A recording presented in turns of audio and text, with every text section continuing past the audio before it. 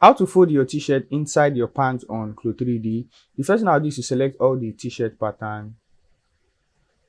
Then I'm going to go to the property editor. Then I'm going to go to the layer section and set it as -2. And the reason why I'm setting it as a negative value is because the t-shirt is going inward and not coming outward. If the t-shirt was coming outward, I would have set it as 2. And the reason why I'm also using the number 2 is because of the number of pattern the t-shirt has to go through before getting inside the pants. You get what I'm trying to say? Because we have the front pattern and we have the pocket pattern here, so that's about 2 layers. So let me put it like that. So this is the best number for it. Then we'll just click on my space bar to simulate and wait for the result to pop.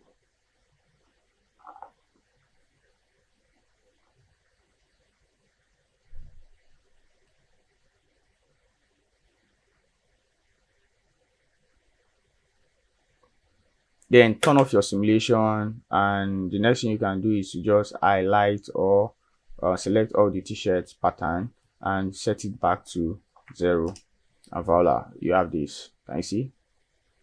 Great.